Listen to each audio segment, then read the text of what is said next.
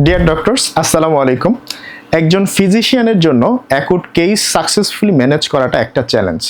যেমন বিভিন্ন ধরনের shock, electrolyte abnormalities like hyponatremia, hypokalemia, sepsis, poisoning management, এগুলোর ব্যাপারে যেমন খুব ভালো ধারণা থাকা জরুরি, ঠিক তেমনি কী ড্রাগস দিব, তার ডোজ কত, তা জানা জরুরি।